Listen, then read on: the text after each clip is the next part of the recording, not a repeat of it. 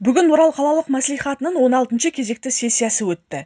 Орал қаласының әкімі Мұрат Байменов депутаттар алдында есеп беріп, атқарылған жұмыстар туралы баяндады. Әкім өз есебінде тұрғын үй, жол құрылысы туралы және қаланың тазалығы мен жарықтандырылу туралы кеңінен айтып берді. Бүгін сессияға қатысқан депутаттар өте белсенділік танытып, әкімге бірнеше мәрте сұрақ қойды. Бұл жолы депутаттардың сұрағы күн тәртібіндегі өте өзекті мәселелерге арналды. Мәселен, қалалық мәслихат депутаты Нұргүл Ашикова қаланың санитарлық тазалығы туралы сұрақты әкім алдында көтерді. Адамдар жаңағы холодильниктер бар, дивандар бар, ескі телевизорлар бар, басқа да заттарын шығарып мусордың қасына қойып кетеді. Оны келіп үстіне тұрғындардың жаңағы пакет мусорларды салып кетеді. Айналып келгенде ол жерде бір ұсқыны мусор толып қалатын орын болды. Сол себептен біздер биыл крупногабаритный мусорды шығару басқа схеммен шығарып жатырмыз. Қаланы 9 округке бөліп, әрбір округта өзінің бір мердігері болады.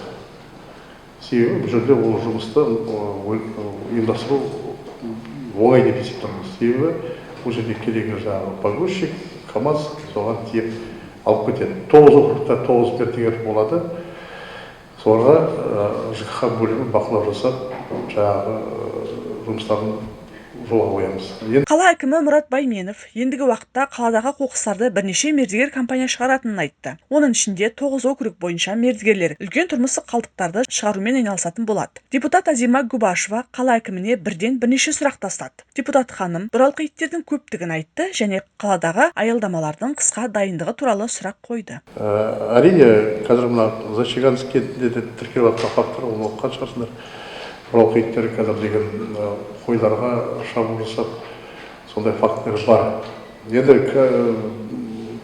Енді біздің ойымызша, конечно, принимать надо решительные меры с этими бродячими собаками, потому что сейчас осенний период, они сбиваются в стаи, и есть реальная угроза для населения. Поэтому будем принимать решительные меры, укреплять городскую инстанцию и принимать меры по отлов собак. Не уничтожение, не отстрел собак, а отлов собак. Бүгін депутаттар қаланың санитарлық тазалығын, көшелердің түнгі уақыттағы жарықтандырылуын, қаланың қысқа дайындығы және көп балалы аналарға берілетін тұрғын үй мәселесі секілді сұрақтарды сессия отырысында көтерді. Орал қаласының әкімі Мұрат Байменов пен оның командасы депутаттардың барлық сұрақтарына жауап берді. Сессия отырысында депутат Айсаутов қаладағы Қарлығаш балабақшасының жөндеуге жабылуы туралы сұрақ қойды. Жөндеу жұмысы неге жазда жасалмаған, деді депутат өз сұрағында. Ремонт объемный, там замена кровли, утепление зданий, стяжка полностью меняется, электрика полностью меняется, поэтому в ходе ремонтных работ определенно такие трудности возникают.